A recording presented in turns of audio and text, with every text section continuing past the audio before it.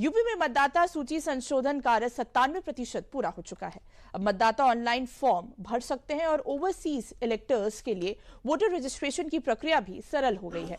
1500 विदेशी मतदाता पहले से रजिस्टर्ड हैं और निर्वाचन आयोग का लक्ष्य 100% सटीक वोटर लिस्ट बनाना है। देखिए रिपोर्ट। पाप कर रहे हैं जो जाति के नाम पर समाज को बांट रहे हैं, क्षेत्र और भाषा के नाम पर समाज को बांट रहे हैं, ये लोग वही पाप कर रहे हैं जो पाप कभी जयचंद और मीर जाफरों ने की देश के अंदर किया था। हमें ऐसे तत्वों से सावधान और सतर्क रहना होगा। सीएम योगी का ये बयान उस वक्त आया है जब यूपी में एसआईआर भी चल रहा है और राजधानी लखनऊ समेत पूरे यूपी में घुसपैठियों की डिटेल भी खंगाली जा रही है। लिहाजा इस बयान के मायने और मैसेज दोनों साफ है और वो मैसेज है कि अखंड भारत की परिकल्पना में घुसपैठ आने नहीं आएगा, यूपी में तो बिल्कुल भी नहीं। एक तात्कालिक लॉलीपॉप से समाज का कल्याण नहीं होने वाला है, देश का कल्याण नहीं होने वाला है। देश का कल्याण तब होगा जब समाज में एकता होगी, कोई भेदभाव नहीं। हम सब भारतीय होने के नाते एक हैं। उत्तर प्रदेश में एसआईआर की प्रक्रिया अपनी रफ्तार पर है। चुनाव आयोग के मुताबिक 8 दिसंबर तक 97% का काम भी पूरा हो गया है। यही नहीं, वोटरों के लिए एसआईआर की प्रक्रिया और भी आसान हो गई है, क्योंकि जो वोटर ऑनलाइन फॉर्म भर चुके हैं उनको ऑफलाइन फॉर्म भरने की भी कोई जरूरत नहीं है। यही नहीं, जो भारतीय किसी कारण से विदेश में रह रहे हैं और भारतीय नागरिक हैं, वो भी अब आसानी से भारत के मतदाता बन सकते हैं। यूपी में मतदाता सूची संशोधन का 97% काम पूरा। ऑनलाइन आवेदन के बाद ऑफलाइन फॉर्म जमा करने की जरूरत खत्म। विदेश में रहने वाले भारतीय नागरिक फॉर्म 6A भरकर वोटर बन सकते हैं। ऐसे मतदाताओं को ओवरसीज इलेक्टर्स कहा जाता है। यूपी में लगभग 1500 विदेशी मतदाता पहले से रजिस्टर्ड हैं। ई गवर्नेंस सिस्टम से सभी प्रक्रियाएं तेज और पारदर्शी हुई हैं। निर्वाचन आयोग का लक्ष्य 100% सटीक और अपडेटेड वोटर लिस्ट बनाना। ऑनलाइन सत्यापन से समय और संसाधनों की बड़ी बचत होगी। देखिए 8 दिसंबर तक हमारा लगभग 97% 97% कार्य पूरा हो गया है और 80% तो हमारे एन्यूमरेशन फॉर्म्स आके डिजिटाइज हो गए, वोटर्स ने साइन करके दे दिया।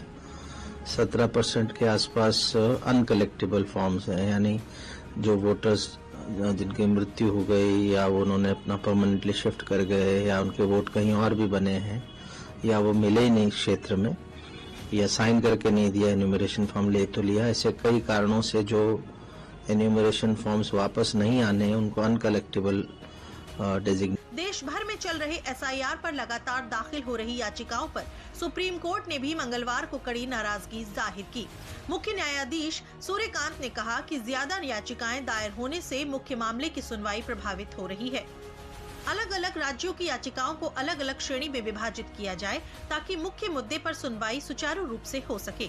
3 अलग अलग राज्यों से संबंधित एसआईआर मामलों को अगले हफ्ते 3 अलग अलग तारीखों पर सूचीबद्ध किया जाए।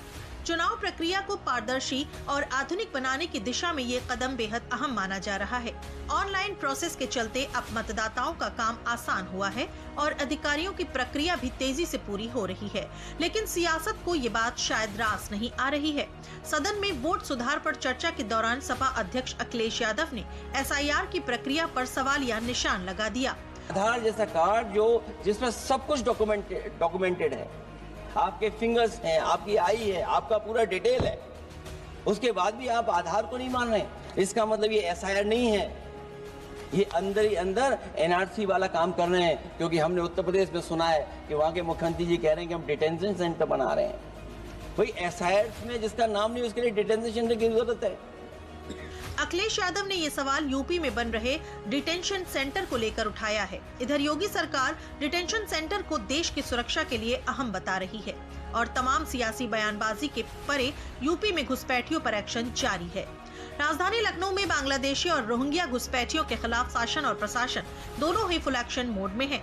प्रदेश में डिटेंशन सेंटर बनाने से लेकर फर्जी दस्तावेजों के साथ नगर निगम में काम कर रहे घुसपैठियों की पहचान का काम भी तेजी से चल रहा है। करीब 160 संदिग्ध घुसपैठियों की नौकरी छोड़कर भागने की भी खबर सामने आई है। इस मामले में एटीएस ने भी सख्त रवैया अपनाते हुए नगर निगम को पत्र लिखा है और सफाई कर्मचारियों का डेटा मांगा है।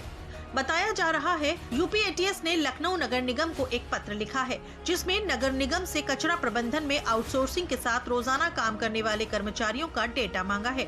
इसमें सफाई कर्मचारी और उनके ठेकेदारों की सूची, निवास, पहचान पत्र, मोबाइल नंबर, आधार कार्ड सहित अन्य डिटेल मांगी गई है।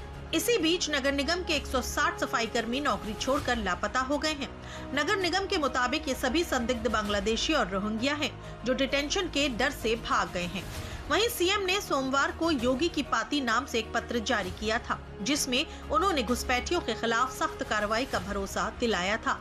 सीएम योगी के पत्र योगी की पाती को लोगों तक पहुंचाने के लिए नगर निगम ने हजरतगंज से एक अभियान की शुरुआत कर दी है, जिसमें लोगों से घुसपैठियों को नौकरी देने से लेकर किसी भी प्रकार की मदद करने के लिए मना किया जा रहा है और सीएम की बात को जनता तक पहुंचाने का प्रयास किया जा रहा है।